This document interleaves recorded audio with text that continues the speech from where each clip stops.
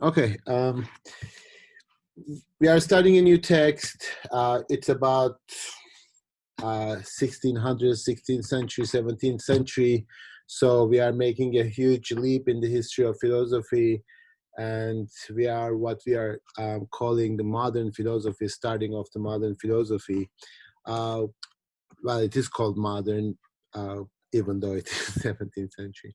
So in philosophy, that's really the way in which we talk about time periods. Um, Whatever would be modern here, we call it really contemporary. That is what we are doing now. So modern is a particular way of thinking, and that's what we are going to try to understand, starting with Descartes. So we are using Descartes both as an example of a way of thinking, but in many ways, historically, he is the one who started, influenced, somehow shaped the way in which we understand the world, ourselves, philosophy, our relationship to science, etc. So he has been highly influential, read, misread, interpreted, misinterpreted, but somehow shaped the way in which we understood ourselves for a long time. And 21st century is a strange combination of really realizing all the ideas that Descartes articulated in terms of individualism, thinking for yourself, reason, science, etc., but also a strong critique of that. So, in a way that we are dealing both with, uh, we are Cartesians, that's what the expression is, Cartesian, to believe in Descartes and sort of applying the ideas of Descartes. It's called Cartesian in the jargon or whatever. But we are also opposed to that Cartesianism. We are criticizing it heavily. In a sense, contemporary philosophy is really trying to come to terms with Descartes. So we are going to start with this course. We are probably going to read the first four as I assigned. I'm not really sure that we'll be able to go beyond that too much, but it's a very good introduction to Descartes. And if we read the first two or three meditations, which I assigned only the first two for today, that would give us a pretty good sense of what he's trying to articulate. So you will not have much more to read on Descartes within the next, this week and next week. So he starts out with this idea of good sense. Good sense is really what we would consider today to be a reason, to be rational, to be able to think for yourself, to have a mind of your own or something like that. So, and his first observation is that it is available to everybody. So in a way that he is not really trying to claim throughout the writings, he doesn't seem to claim any kind of privilege for himself, any kind of better way of thinking, etc. His emphasis is going to be method. How do I think and which paths to follow? Method that we use a lot today in especially natural sciences, uh, again, comes from the Greek word hodos. Hodos means path. So method literally means to be on the right path. So whenever we are asking methodological questions in various sciences today, which methods did you use, like research methods in some psychology and sociology classes that you might encounter, this kind of being on the right path. And that's going to be really important because it's not so much about the content as much as how you approach the issues. And so we'll talk about that. So good sense is the best distributed thing in the world, for everyone thinks himself to be so well endowed with it that even those who are the most difficult to please in everything else are not at all wont to desire more of it than they have. So it seems to suggest that some people say that actually, although maybe you didn't notice that in the 21st century, some people would say that. Do you sort of hear people say like, I wish I could think better. I wish I was more rational. Do you have that? Do you have people? Do you hear people say that?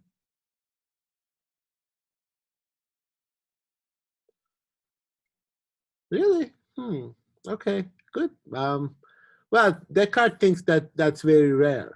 Actually, people think that they are, for the most part, pretty confident and pretty happy with their own good sense. So unless you are somehow in a mental state, he believes that nobody is particularly smarter than the next person. I think that's a really very hard thing to accept, especially in the United States. I think that there is a certain expression that really always, still after I've been here for like almost 30 years, I still don't understand when people say like, oh, she's so smart, or he's so smart, or they are so smart. Like, what does that mean? Like they can do math, or they can think better than you? What does that mean? I never understood that. I mean, there are reasonable explanations, but they don't seem to really capture what is at stake. So it is an admiration, but if you call somebody smart, you are actually indirectly saying that you are smart enough to recognize the smartness of that person, so you are equally smart. So to me, that's kind of a little iffy. But anyway, so he doesn't think that. He's like, it is not likely that everybody is mistaken in this. So reason is something that is starting out to be understood as something universally shared. All human beings are rational. They are capable, at least have the possibility and the power to think. Now, that's a really important step. It doesn't appear to be that way, but this is really the foundation of anybody ever thinking that democracy was a good idea. Now, do you think democracy is a good idea? Do you believe that all people are rational and can make reasonable decisions?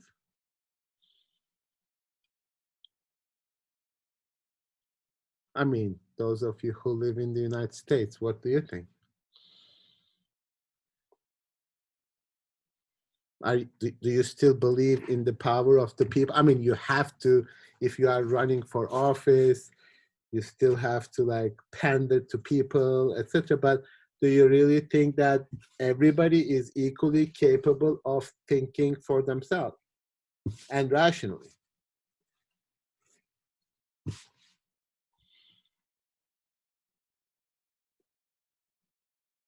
Nobody wants to say anything because it's risky. I don't think that everyone really thinks rational from time to time. I think a lot of people are very like one-sided and my way is the right way, and I think that kind of makes them very much ignorant and like incapable of being a rational thinker. Do you think like that sometimes? I mean, I think yeah, I have before in the past growing up. I mean, 'cause I grew up like in a very like small town, so like I was very like narrow-minded, thinking everything was one way all the time. But I like to think now that I'm more open-minded about things after finally getting out. Okay. You say I like to think, which is a really good way of putting it. Okay. I like to think that too, but I'm not really sure always of myself. So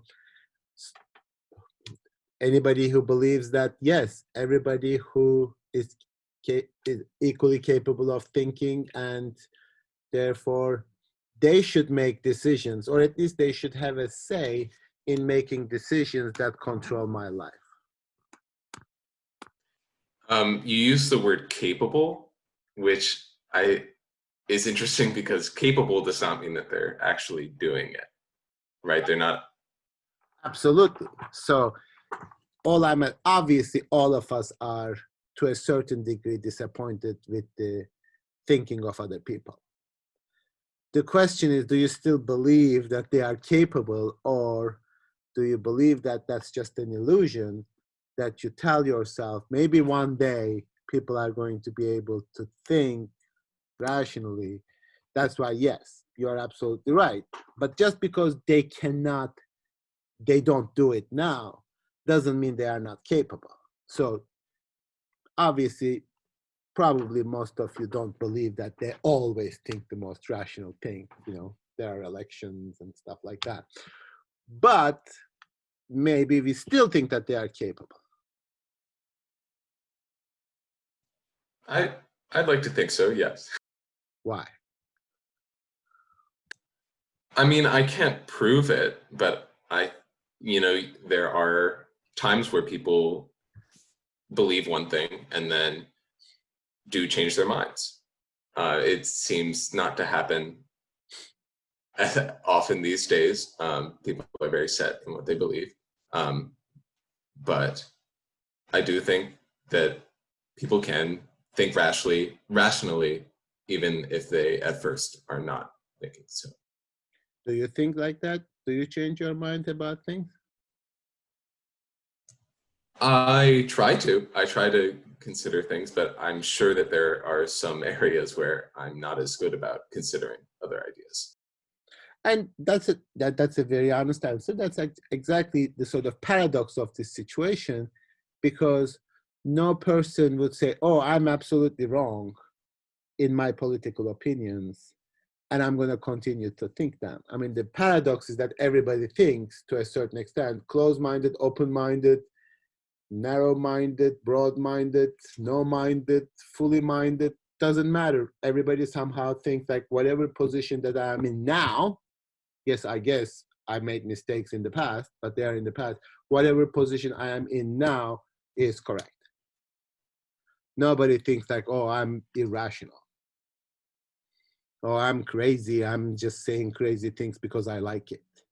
Or, I mean, unless they are truly sort of suffering from certain conditions, most people believe that, because you can't both think that what I'm thinking is wrong and I'm continuing to think that. That's a very difficult cognitive condition. It might happen, but not so often. So he says, it's not like everybody is mistaken in this. So he says, I grant you that maybe we are all capable of doing this. Maybe we are all thinking that we are always right. Rather, it provides the evidence that the power of judging well and of distinguishing the true from false is naturally equal in all men, and that the diversity of our opinions does not arise from the fact that some people are more reasonable than others, but solely from the fact that we lead our thoughts along different paths and do not take the same things into consideration. So, politically, when you say like, oh, that person thinks that because they are crazy, quote unquote, or they are irrational, they are evil, they are terrible, then Descartes says, well, maybe that's not the reason, but they came to their conclusions and followed different paths. And whenever we sort of analyze ourselves too, whenever we identify thoughts in the past that we had that were problematic for us now, we really don't blame ourselves as much as the circumstances that brought us to have that thought. So when Rosie was saying, I'm sorry picking on you just because you gave the example, but it's like, I was from a small town. Is that what you said? Yeah, I mean, it's not me, it's the small town who sort of instilled these beliefs in me, which is a very like natural and normal way of describing, because I say like, I'm a foreigner. I love that in the United States. I say, I'm a foreigner, I don't understand your ways, I don't follow your ways because, if I do something wrong, if I say the wrong thing, etc., I always say, I'm a foreigner, I don't understand your ways of doing things because, United States is, crazy different than Turkey, for example. So you always look at the circumstances that lead to that. And we now get into the territory of like our culture, our upbringing, our language, our environment, our parents, all the other things that shape us, determine our ideas, our town, our, whatever, school, and how that shapes us. And that might all be different, therefore people have different opinions, Descartes says. But you still can have a good method. You can still follow certain methodological precepts that might allow you to break free from these circumstances. So it is not enough to have a good opinion. The main thing is to apply it well. No, sorry. For it's not enough to have a good mind. So it's not enough to have a good mind. You have to be able to apply it well. So whenever people say, like, oh, they are so smart, then you go, what do they do? Like, how do you describe someone as smart and how that someone acts and how they apply that? So a lot of parents, myself included, say, my daughter is very smart. Then I ask myself, like, what did she do? Like, why is it that, I'm saying what Josh meant, like, she has the potential, she has the capability, etc. But did she apply it well? Did she apply that smartness well? But the greatest souls, he says, are capable of the greatest vices as well as the greatest virtues. Okay, so do you believe that greatest souls are capable of greatest vices? What is a great vice?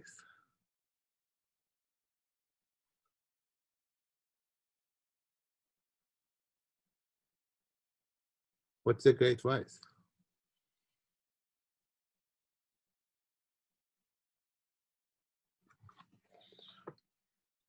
Hurting other people? Would that be a vice?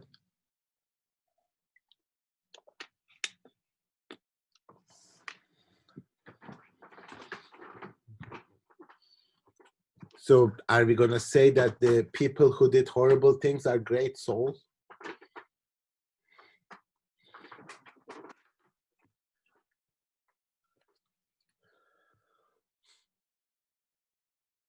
What is he trying to get at? What is he trying to say? This is on page 1 to going to page 2. The greatest souls are capable of the greatest vices as well as of the greatest virtues.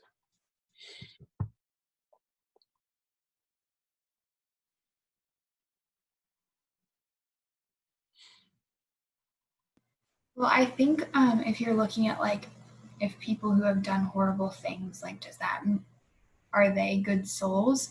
I think that in that circumstance, you can have good vices but not good virtues. And so like you have like capability but not virtues that come behind it. So you're like doing bad in the world instead of having good virtue behind that. That's what I just thought of.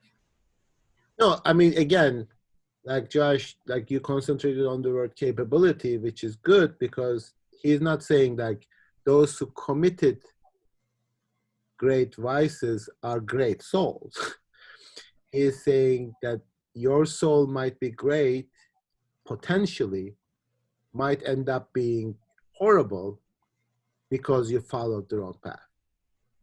So nobody is just like born with the possibility and then naturally happens. It really depends on what you do in terms of your approach. Okay, sorry, somebody said Potential can go either way. You have the potential. Yes, exactly. Yeah, it's a potential. You're absolutely right. It's capability. So, and those who proceed only very slowly can make much great progress, provided they always follow the right path. The right path is a methodological question. Which path do you follow? How do you approach life? What do you do? And those who hurry and stray from it. So it is all about following the right path. So what he is going to describe, incidentally, a way of living your life. This is sort of the Socratic question, like, how do I live my life? Which path do I follow? But also, interestingly enough, this is going to be a scientific method as well. So there's something really interesting happening with Descartes, namely the kind of this whole idea of scientific way of being, scientific way of existing is emerging slowly. But that is emerging with respect to theoretical questions, questions about knowledge, questions about science, etc. You will see, as you have already in discourse, the moral matters, the political matters, the social matters, he is going to leave it to convention and to laws. So he's, interestingly enough, tried to figure out a life of knowledge, life of science, life of understanding the world through scientific activity, but method in that. But he's also going to have a method of how to approach practical life, like following the laws of your country, following the conventions, just generally not upsetting certain things, politically just being moderate, I suppose, etc. Not knowing what the right way is in a way going to make him strangely conservative. And that's always an issue that we are going to grapple with, because when people have this notion of philosophy as, oh, you are not exactly sure about what the right thing to do is, that has a possibility of having this conservative implications. Like, if you don't know what to do, don't do anything. If you don't know what the right answer is, you cannot fix the society, you cannot be sure of your convictions, etc. That's going to be a tension. Now, you don't have to have absolute certainty in order to be able to recognize that what is in front of you is wrong. So we will sort of discuss this, and I'll ask you to reflect upon this. Just because you might not have the answer doesn't mean that you need to accept what is in front of you. And that's an important philosophical gesture, because people mostly kind of do the opposite by asking from the uncertainty. So for example, when you criticize something, I don't know, do you criticize things? I'm sure you do. Like, I don't know, like any institution. Like, you come to Earlham and you, let me find you something that you might criticize. Housing or student development, you might criticize those things. And people will say, so what would you do? What would you do? How would you do it? That attitude almost becomes a justification for the status quo. So you say, but I don't know how I would do it, but the way you do it sucks. It doesn't prevent me from saying this, even though I might not have the right answer. You actually operate with the assumption that you have the right answer and you don't. So this is going to be this was Socrates' thing, but it is going to be relevant for Descartes too. So he continues in a very modest way. It's a very interesting play with like Descartes being incredibly modest, not even close to, I mean, I think Socrates is kind of modest too, but some of you found Socrates a little bit more arrogant. But Descartes is very, for myself, I have never presumed that my mind was in any respect more perfect than that of ordinary man. Okay, so he's a good sort of PR person. He's saying the right thing. That's the way to approach it. I'm just like everybody else. I am in no way superior to ordinary people. I went to school. I'm Descartes. I'm about to become the sort of the father of modern philosophy, but I'm just like everybody else, which is fine. Okay. In fact, I have often desired to have as quick a wit, or as keen and distinct an imagination, or as full and responsive memory as some other people.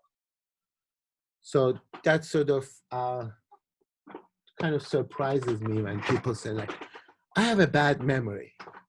Well, because you don't want to remember certain things. Or I'm bad at math. It's like, yeah, because you don't really want, like, you say certain things about your evaluation, and almost all of them are not wrong, but questionable. So, like, my daughter says, I'm bad at math. It's like, when did you decide this? Like, you are like 12 and you decided already that you are not good at math? Like, how is that even possible? So that sort of approach to ourselves is equally problematic. So he says all of these, okay. And other than these, I know of no qualities that serve in the perfecting of the mind for us to reason or sense, inasmuch as it alone makes us man and distinguishes us from the beasts. I prefer to believe that it exists whole and entire in each of us. And this is to follow the opinion commonly held by the philosophers who say that there are differences of degree only between accidents, but not at all between forms or natures of individuals of the same species. So in a sense, he believes that human being is a rational animal. And that rationality is the same for everybody. And that's a very important point, which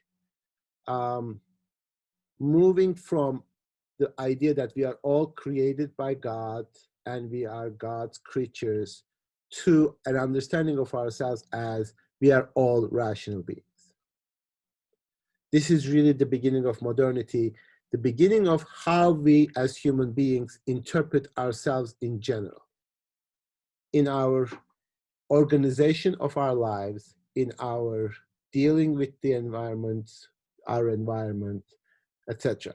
So this is a very important shift in how we relate to the world ever since Descartes. So I make a lot of mistakes. That's his conviction. He says, I had a lot of opinions, they were wrong. Now, he is both representing himself, and in an ironic way, he is really articulating the spirit of his time. Because in modernity, we always kind of look at modernity as this confident growth of humankind.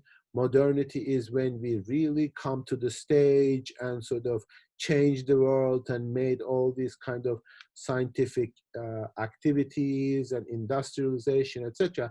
The story that we tell ourselves in terms of modernity is always like it is some kind of a positive achievement. Yet the motivating force of modernity is really a fundamental discomfort.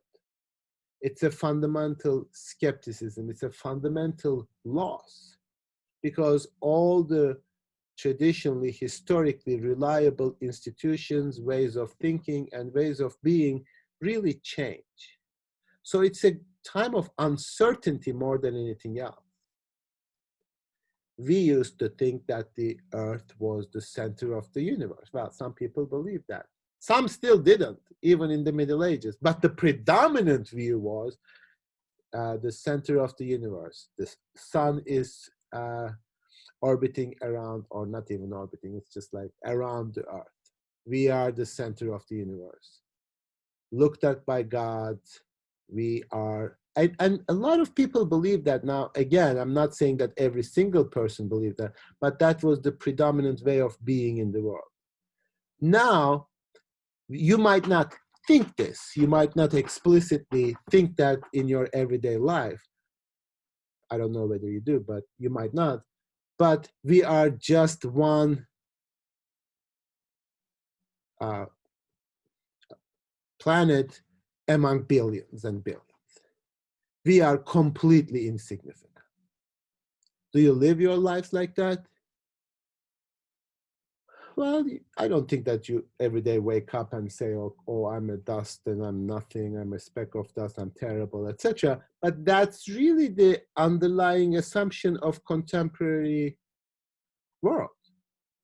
We are insignificant. Now, all of us think that whatever happens in this class, in this political organization, in this family affairs is the most important thing in the world, and it gives us anxiety, stress, etc. But it would be a very comforting thought to say, like, none of them are important. It's completely insignificant.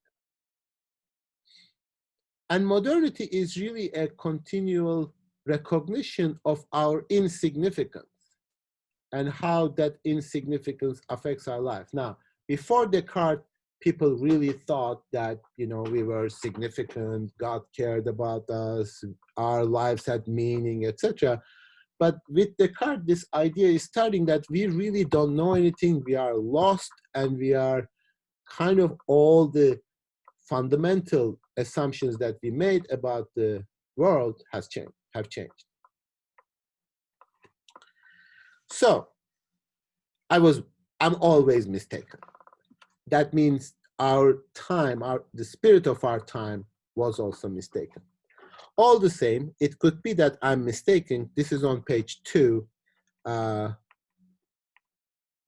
third paragraph.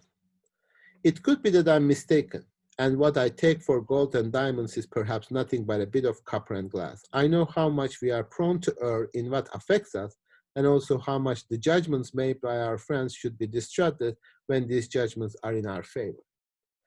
But I will be happy to show in this discourse what paths I have followed and to represent my life in it as if in a picture, so that everyone may judge it for himself, and thus that learning from the common response the opinions one will have of it, and this may be a new means of teaching myself, which I shall add to those that I'm accustomed to use.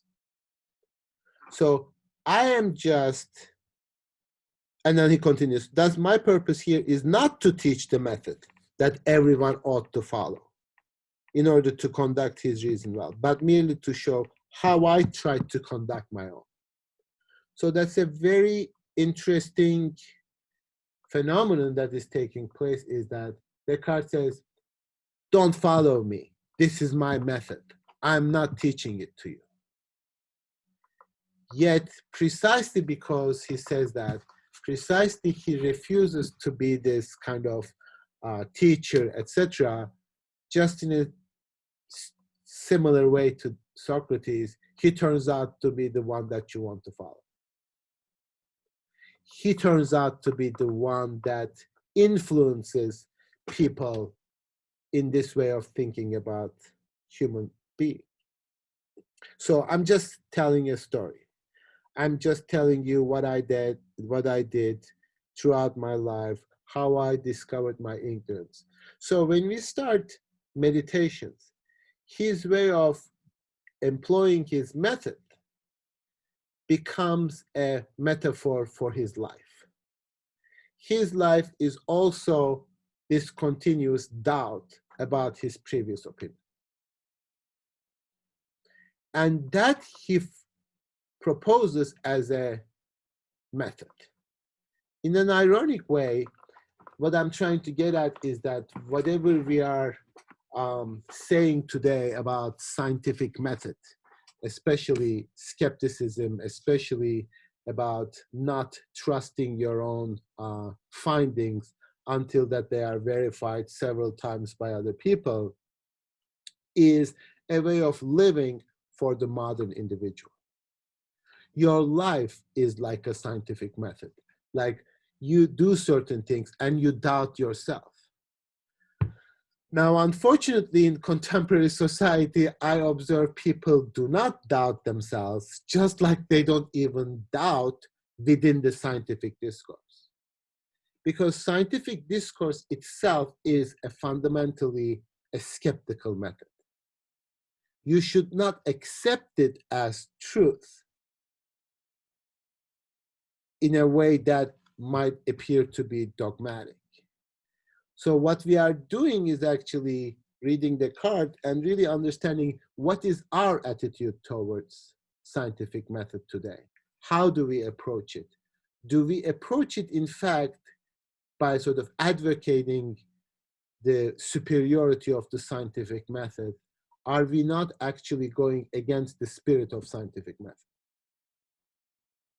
And again, this is a sort of Socratic, similar to Socrates' paradox, because scientific method that Descartes initiates and helps to build is really critical of itself and never trusting itself and always skeptical of itself more than anything else.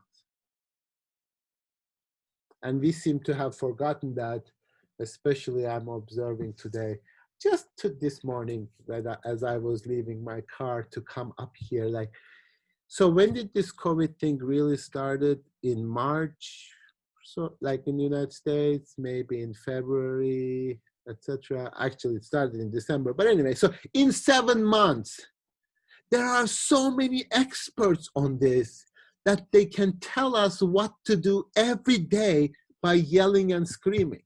It's quite remarkable. I mean, it's amusing, actually, that, you know, a 15-year-old can become an expert on COVID and telling everybody else on their social media what to do. How did we become like this? How did we, in like less than 6 months, become so dogmatic in our approach in the name of not being dogmatic? Because scientific method is not supposed to be dogmatic. Science is not supposed to kind of hold up these like absolute truths. How is it that by fear of like dying or getting sick, that we accept so dogmatically certain ideas? Have you thought about this? Do you feel like you are dogmatic? Because I behave dogmatically. I mean, I put the mask, I walk around, wash my hands all the time like crazy, etc. But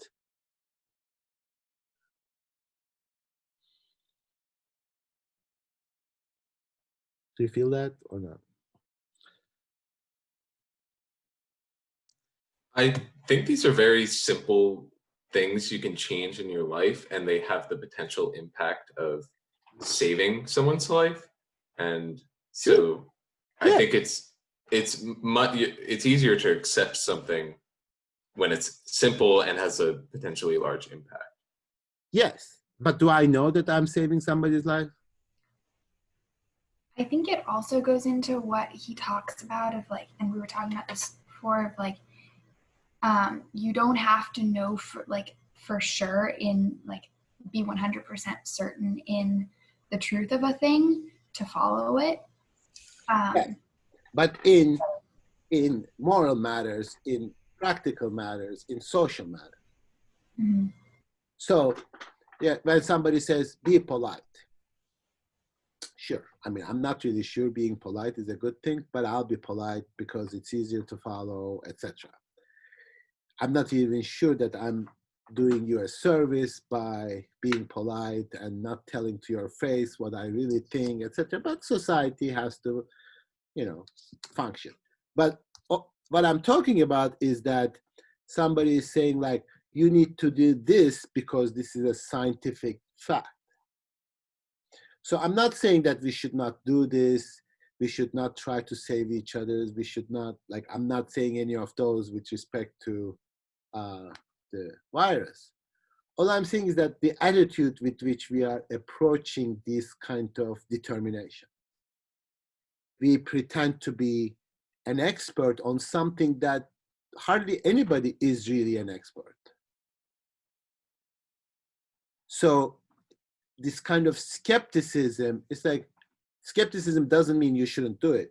I'm not saying like, oh, you should take out your mask and go around or anything like that. It's just that when we see somebody who is not wearing a mask, we are certain that they are killing people. That's really the attitude. And again, this is independently of this particular situation. This is our approach in the time of uncertainty. We are becoming more dogmatic. In a sense, the fact that, you know, I think it was you, Josh, who said like people don't change their opinions. They are capable, but it doesn't seem to happen very often. The paradox is that people don't change opinions, not because they are certain, but especially because they are uncertain.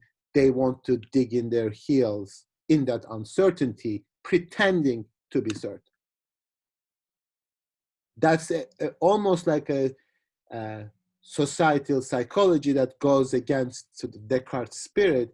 Namely, we want to be, and Descartes too in social matters, we want to stick to something not because we are certain, but we are uncertain and we don't feel confident.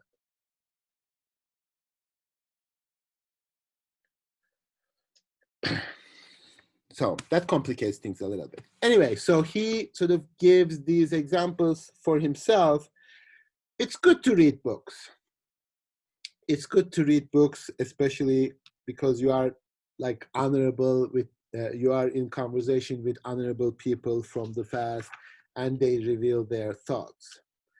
And you should learn other languages. You should converse with others. So this is a kind of scholastic way of understanding education. Up until Descartes, there was this notion that you learn by reproducing a tradition. You read books, you study the Bible, you study what other philosophers said, you study what Aristotle said, you read books, you learn and converse with other people. This is theological, scholastic understanding of education. But I believe, this is on page 4, but I believe I had already given enough time to languages and also to the reading of classical texts, both to their histories and their fables, like we should learn the history, etc. For conversing with those of other ages is about the same thing as traveling. It is good to know something of the customs of various people, so as to judge our own more soundly, so as not to think that everything that is contrary to our ways is ridiculous and against reason, as those who have seen nothing but a habit of doing. So that sounds like almost like a good motto for the Earlham diversity statement. So you need to travel, you need to interact with other people. That sort of gives you the idea that what other people are not doing ridiculous and what I'm doing is not absolutely right. There are other ways of doing. Now, do you think, what's a good way of asking this question? So you hear these statements, right? So you all somehow believe in those diversity statements one way or the other. Since you are at Earlham, I'm assuming that you at least don't have a huge issue with those, etc. But do you think are they just appearance, or do we really want to be other than what we are by interacting with other people?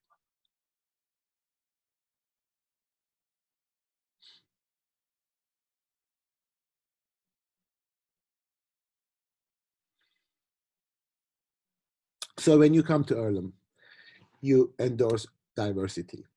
You sort of say, there will be other people, different ways of doing it.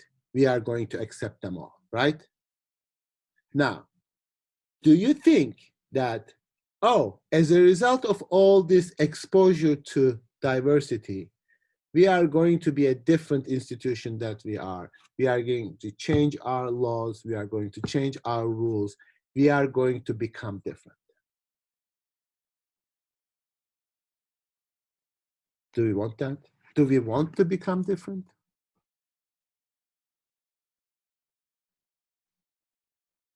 Are we going to have like the entire administration run by people who are not used to doing it the same way?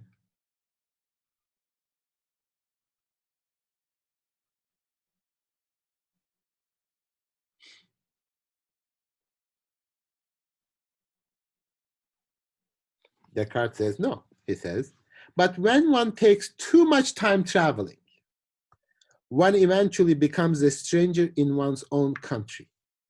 And one is too curious about what commonly took place in past ages, one usually remains quite ignorant of what is taking place in one's own country.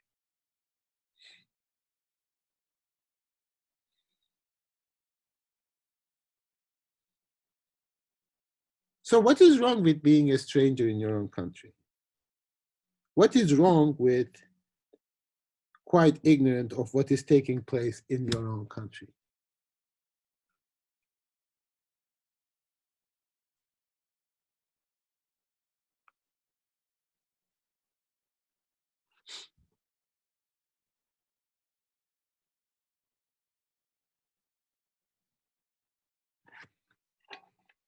So diversity up to a certain point, but don't be something other than yourself.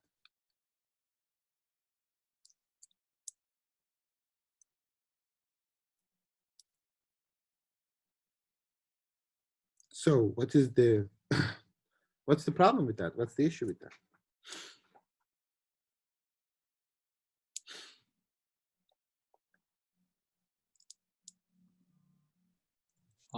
I think it matters because like if you become like stranger to your own country, like you lose like the ground that you stand on, like you lose like your background, and you become like more uncertain about things.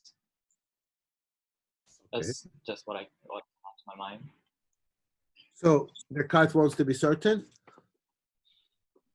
Oh, maybe not. Well, he does want to be certain. He wants to be absolutely certain. But in order to be absolutely certain, he has to be absolutely skeptical and question everything. But you can do this methodologically in science. But can you really do it? Because part of discourse at the beginning is more like your life. Like how do you live in a society, how you interact with other people, the moral codes, etc. Can you do that in your everyday life, in your existence? That's the distinction, because there is a separation here. There is a set of theoretical questions. You can doubt them. As a scientific method goes, you can doubt all of your thoughts. And because that skepticism of yourself, your ideas, your opinions, etc., eventually will bring you to truth, to certainty. But can you do that in other areas of your life? Can you question your way of being? Can you question your country? Can you question your moral codes? Can you live that life that you are proposing for science to be a method? Now, ever since this whole discussion of diversity, openness to the other, etc., came to the United States, mostly through kind of corporate discourse, our idea is really we want to appear to be accepting. We want to appear to be doing sort of diverse things, diverse opinions, etc. But we really don't want to become something else because we are comfortable in what we are, our country, etc. And he says, if you go travel too much, then you are going to become a foreigner of your own identity. You cannot lose that identity. And I think that's really the paradox of being open to the other, of other cultures, other genders, other races, etc. We always only do it from our own identity. We never really imagine our identity to be different. And that's the paradox we are going to discuss with Descartes. Namely, he says, follow the rules of your country. Don't bother. That's just like practical things, continue with that. In scientific method, you can doubt everything. But in this, you cannot. Is this clear? Does that make sense? Anybody has questions, objections, issues?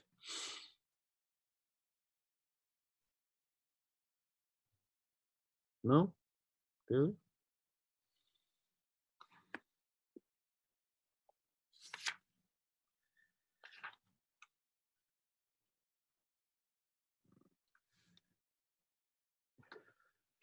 Okay, so his method is, to a certain extent, solitary. Solitary in the sense that, unlike Plato, unlike Socrates, he is not negotiating and discussing this with the other. He is really trying to articulate his own thinking, his own thoughts. So he is by himself in a stove-heated room. This is the top of page 7. He is by himself questioning his own opinions, and that ties in to meditations, where he first starts this process of going through all of his beliefs and somehow seeing whether they are trustworthy, whether they are certain. Now, for Descartes, with Descartes, the question of truth becomes certainty. If something is true, then it is certain.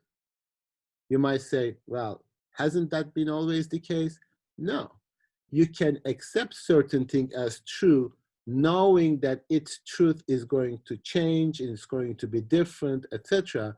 But what Descartes is hoping for is, or is after, is an absolute certainty, a foundation that will never change.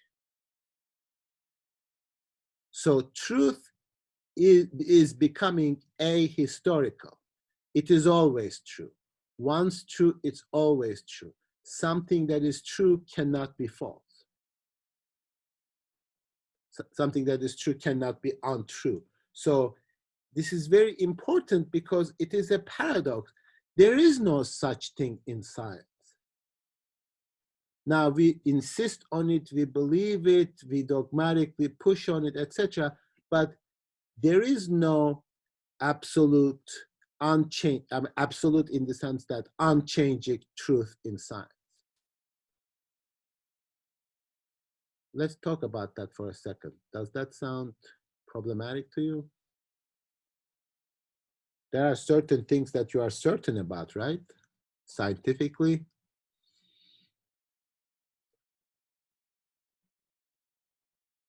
Like what? I know what you are going to say. I know what your generation thinks, I think, but I'm not sure.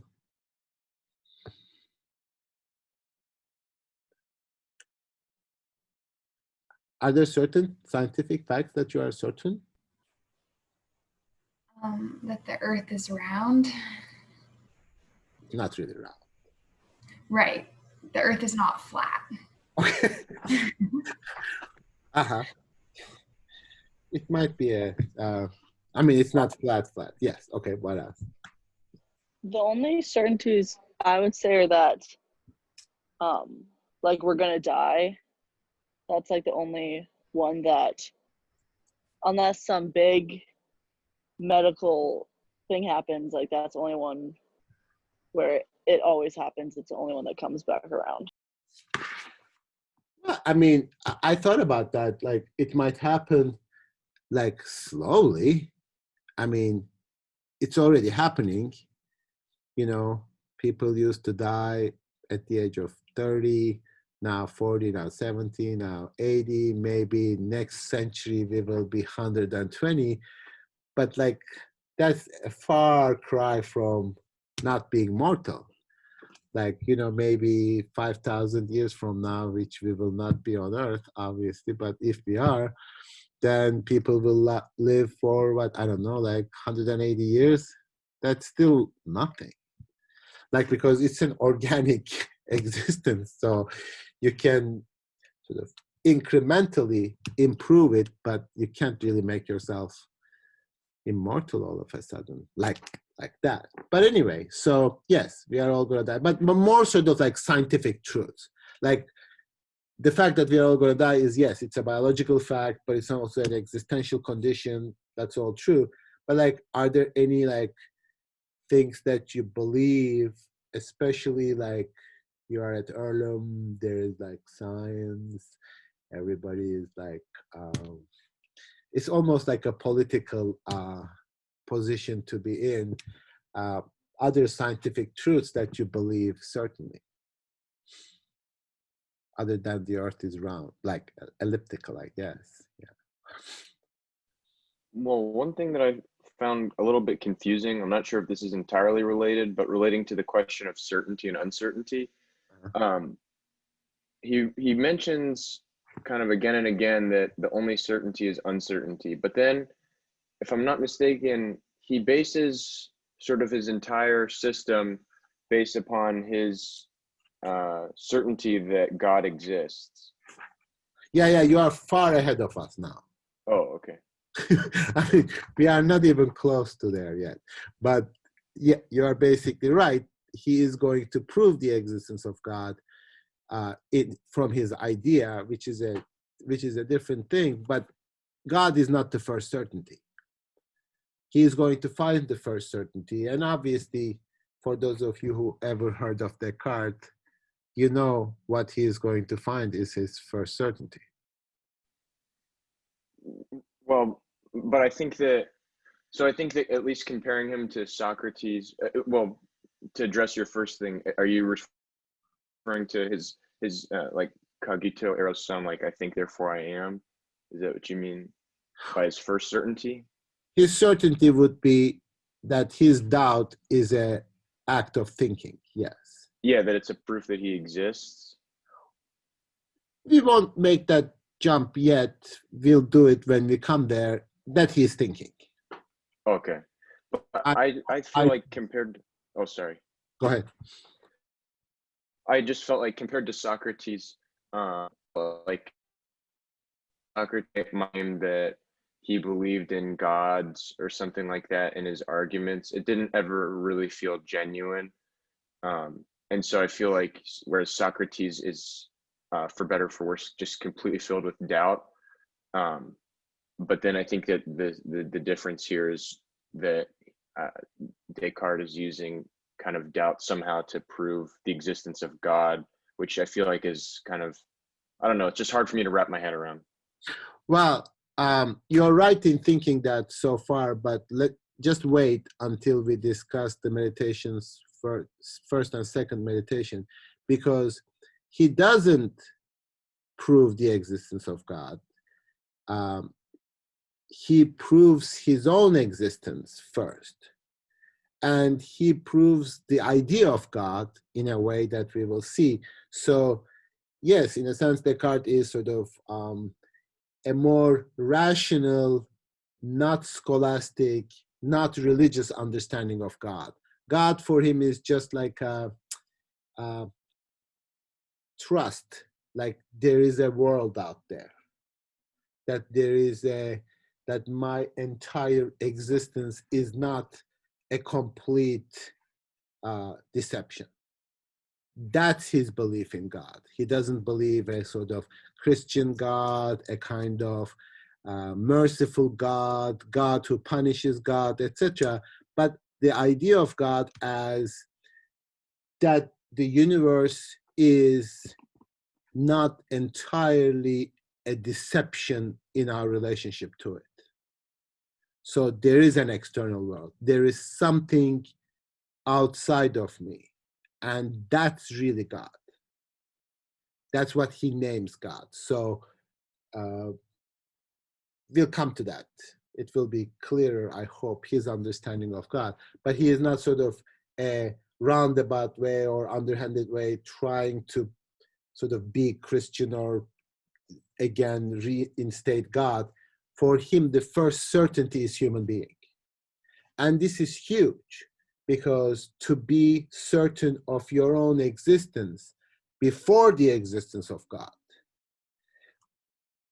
is conceptually, historically, very important at a time where the entire structure of the world is based on the certainty of God.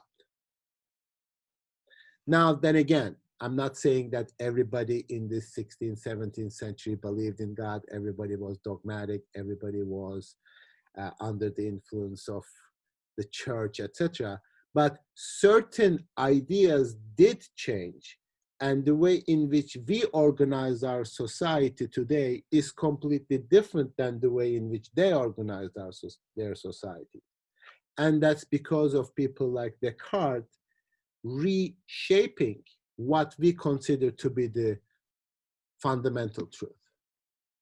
For the church, for the Christianity, for Europe at the time, it was God's word that structured the entire world. After Descartes, it's human thinking that structures the world. That's an important shift. In fact, pretty much everything that we assume today, despite the fact that we might be religious, that we might believe in God today, etc., we do not really organize our lives accordingly. We do not organize according to God. In fact, maybe it was 30, 40 years ago, when people started to argue that, oh, you should believe in God because faith is good for your psychology, then the entire discourse has shifted. Now, faith is good for you. You should have some. It will make you healthy. If you pray, you are more likely to survive a surgery. That's unheard of in the Middle Ages. That's unthinkable in the Middle Ages. And the whole idea of freedom of faith, for example, that's not a religious principle. That's a rational principle that is based on human thinking and human being first, because there is no freedom of faith in any religion. Like, you can, oh, I mean, be Christian or not, we don't really care. Christ, yeah, take him or leave him if you want. No, that's not Christianity. Or Islam is like, yeah, Muhammad, yeah, he said certain things, but maybe he was right, maybe he was wrong. We were really this. No, this is a human principle. It's a rational principle that allows freedom of faith. It doesn't come from God. God wouldn't tell you like, yeah, if you feel like it, believe me. God wouldn't tell you like, yeah, this religion sounds cool, but it's up to you. So it becomes human-centered, human thinking-centered. That's very important, because we still confuse this. We still believe that it is religion that allows you to be free in your faith. It's not. It is already human thinking that replaced this God-centered universe with people like Descartes. And maybe he didn't intend it, maybe he didn't want it, but his thinking demonstrated that it is conceptually only possible to have a question like freedom of faith if you are starting with human beings. You can't have that with if you start with God. Does that make sense? Any objections? Okay, you just like don't object. This is my issue with Earlham students. You are like shaking your head, like you say no. You say no, you're wrong. You are misrepresenting something.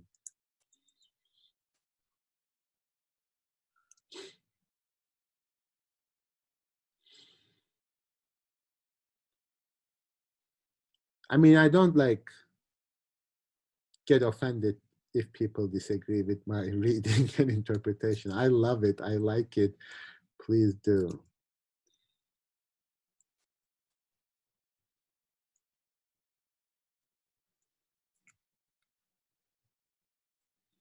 I mean, not all of it should like fit into your mind and you should accept it. You should like say, no, I disagree with that.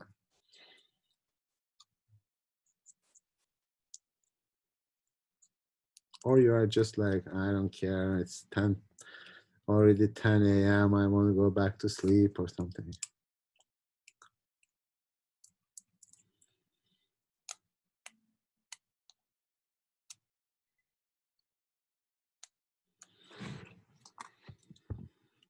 Okay, this is all free empty time that takes a long time to upload. So science is not based on perceptual observation. It was before Descartes, but no longer after Descartes. And we'll see step by step how its calculability, its mathematics, it is a different kind of method that determines scientific activity, not mere observation. Now, again, you don't need to be sort of existentially in crisis. Oh, I don't know whether there is a green tree outside. I don't know. My head is swimming or something like that. Yes, yes, there is a green tree out there. But that statement is no longer the object of scientific truth. Science will not tell you that there are green trees. Science will tell you that what you see as green tree is something entirely different. In fact, in a kind of sort of magical way, I see this little bottle in front of me, and science says, no, no, no, there is not really just the bottle there. There are like little molecules, and within the molecules, there are really little atoms who are sort of circulating around each other. And I go like, what, are you crazy? Is that like magic? Like, yeah, like there are molecules in this? Where is it? I cannot see it. So again, perception, my mere perception is no longer the object of scientific inquiry and method. Like it's not the method of it. So when people say, oh, science just makes observation. No, it doesn't. Science makes specific experiments, specific observations, specific calculations. But scientific method is no longer just going out there and looking at the thing.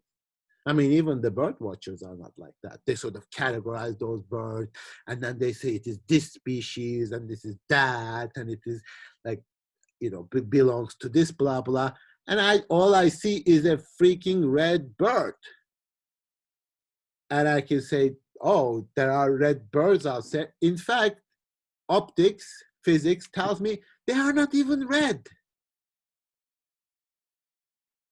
That color doesn't even belong to that object. So they are telling me I need to both believe that there is a red pencil in front of me and that pencil is not red. Now, in my everyday life, I don't really go around like going crazy about this, but observation is the first thing that goes away with Descartes. And that's extremely important for us to understand scientific activity today, because it is not empirical. It is not just looking at things. Observation doesn't mean looking at stuff with a naked eye. What? In the past, people didn't look around. Like before Descartes, people like didn't observe things. Like all of a sudden science came about and said, oh, we should really look around and see how things really are. That's a scientific method. That's not scientific method at all. In fact, to be perfectly honest, Nolia, when I look outside, the world appears pretty flat to me. I cannot, like I've seen pictures of the earth being round, but as far as my own observation is concerned, I've never even thought whether the world is flat or round or elliptical. because it really doesn't factor into my perceptual scheme. They say, look at the horizon. In the horizon, maybe there is a like a band or something, and like when you see a ship, when you see the ship, it goes like down, and therefore like it is round, and like okay, fine, but like it is not consistent with my experience. But it's a scientific fact, and it is calculated as such. This changes with Descartes. With Descartes, your everyday existence is no longer enveloped in this certainty.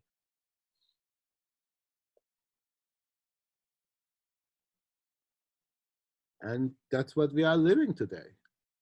What really sort of amazes me is sort of how actually magical scientific discourse is, as far as our everyday experience is concerned.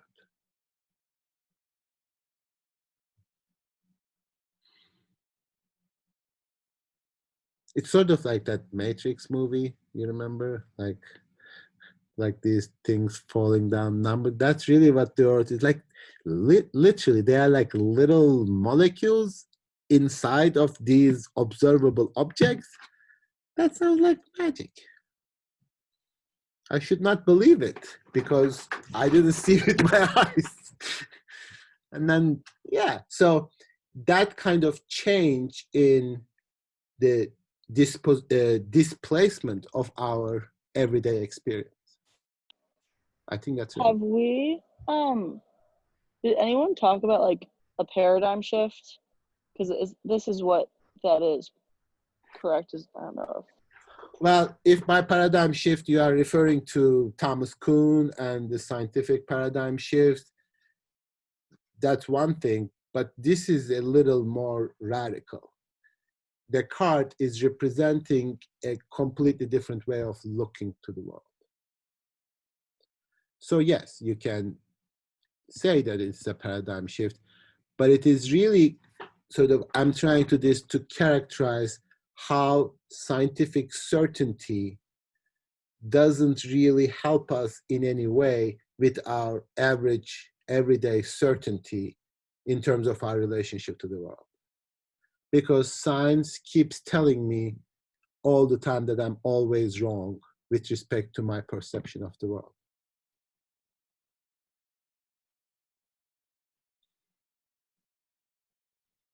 Sometimes they say they are not even observable objects. They are not even objects. They are not even like hard. They are hard because my hands are, relative to my hands, they are hard, but they might be like fields of electromagnetic field or something. It's like my experience, my vision, my perceiving of the world is disorienting, and we live with the disorientation.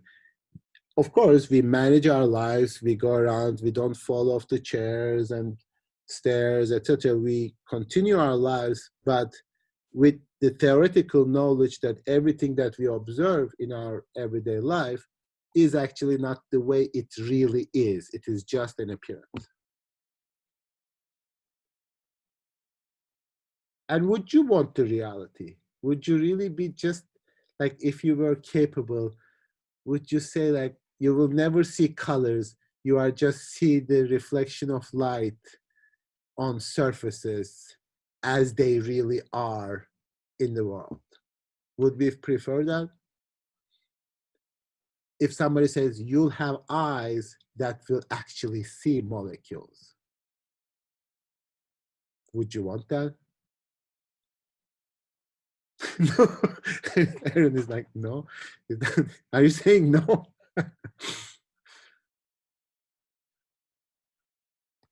No, I'm perfectly happy with appearances. I want color. I want like observable objects. I don't want electromagnetic fields. Like, you know, like how Neo's life, I don't know whether you've seen the Matrix. So how Neo's life becomes completely horrible. All he sees is like green numbers and letters falling rather than seeing human beings. But that's science. That's what science tells us.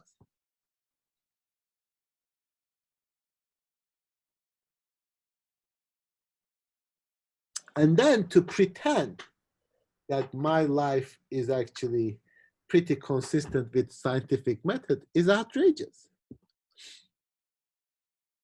Nobody can live like that. Nobody should live like that. I mean, I don't know whether they should, but you can't live like that.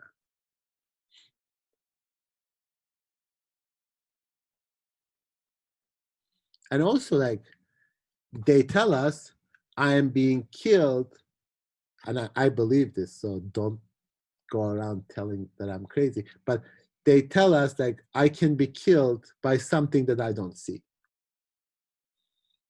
That thing goes into my lungs and kills me. I was like, what is this, like a witchcraft? What is this? Like, are you joking with me? Like invisible things that are killing you? Oh, there's virus. Like, I've never seen one. I've seen the picture of a picture, but I've never seen one. How can I believe this? Why should I believe this? I mean, I do, but like, this is a sort of hypothetical question. So with Descartes, with the doubt of the fact that our senses deceive us, he doesn't even know how radical this is going to be, because he says, my senses make mistakes. I look at things, they appear to be closer than they are far, etc.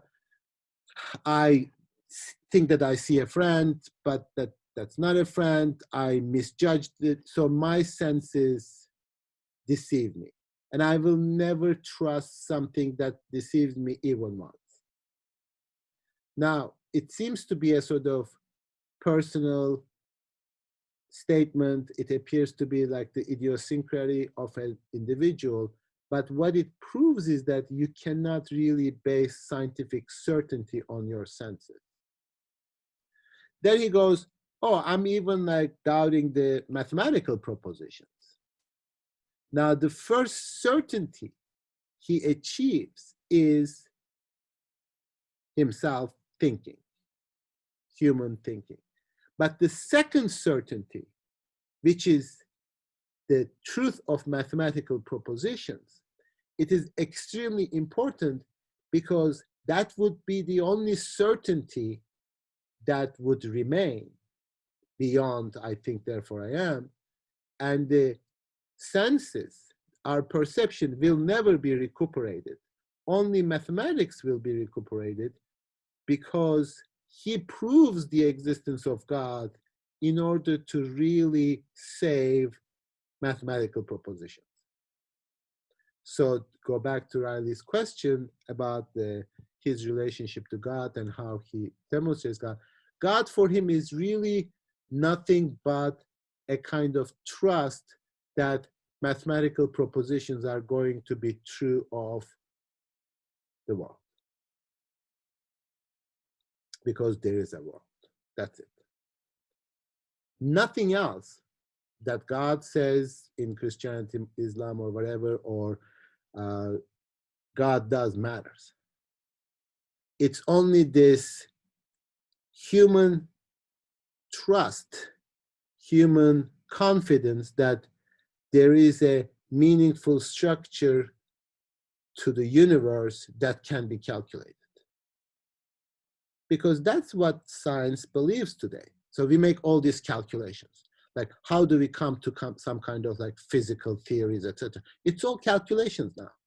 Nobody's going to the end of the universe and looking, and then nobody's counting the stars, etc. It's all calculation. Now, we trust these calculations somehow really reflect the structure of the universe. Even if you are Einstein, Schrodinger, whoever you are believing that your calculations about the universe somehow correspond to that universe. It's not just the figments of my own imagination. And that's the trust that actually sort of independently of all the religious teaching, belief in God. yes, as a scientist, you might not believe in God in the way religion believes in God, but you believe in this correspondence of your own thinking to the universe. So I'm not saying science is like a religion at all. All I'm saying, both science and religion share a common belief that human beings are capable of knowing something. And what they know, what they calculate, corresponds to the structure of the universe. Okay, so when Thursday, we are going to go step by step. We are going to start with the meditations, the first and second, in which it is constructed like a dialogue. He says, I want to doubt everything. But then the other voice says, oh, no, you can't doubt everything because how about this? And then the other voice says, yes, yes, I can doubt that because of this. And then the other says, oh, but you cannot doubt this. So he sort of constructs a kind of parallel running argument, one saying that you should continue with doubt, and the other says, no, you cannot doubt that. So this is an exercise in which Descartes is going to distinguish between what we can reasonably doubt in our average everyday and scientifically what we need to doubt. So because when science wants to make progress in knowledge, it has to tell me that the way in which you make statement about the external world are at the observational level not wrong, at the level of appearance not wrong, but at the level of reality, they are not what corresponds to reality. So, for example, as I gave repeatedly, the colors that you see are not really there. It's only you as a human being with your optical structure and the reflection of light that you can see green. And I don't even know for sure whether you see the same content when you see green. We just happen to name it the same way. And I can never be sure really what you are seeing is what I'm seeing. But we establish a convention, we say it's green, we can even calculate it. Science can even tell us like human eye is so sensitive to light so that within the range of 1300 and 1400, whatever it is, I'm just making it up, that is going to appear everybody as green, it's perfectly fine. Now, that's average everyday existence that you are not absolutely false, but you do not correspond to reality. Now, the only thing that he says is that the process of this doubt, this process of scientific method, is really what establishes itself. The only doubt that I cannot doubt is my own doubt. So it's almost like a circular, almost like a word game. So it's like, I cannot doubt that I doubt because if I doubt that I doubt, I'm still doubting. So it establishes itself as a sort of scientific foundation. And from that, he builds on that. So once we read these first two meditations, we are going to go step by step. And I want to show you how he establishes that. Now, this is important for the text and for your understanding of Descartes, etc. But understanding Descartes in an interesting way really help us to understand what we are doing today. That's to me the most important, the most fundamental aspect of it, because he really gives a very nice picture of the way in which scientific method operates today. So that's okay. Any questions, comments?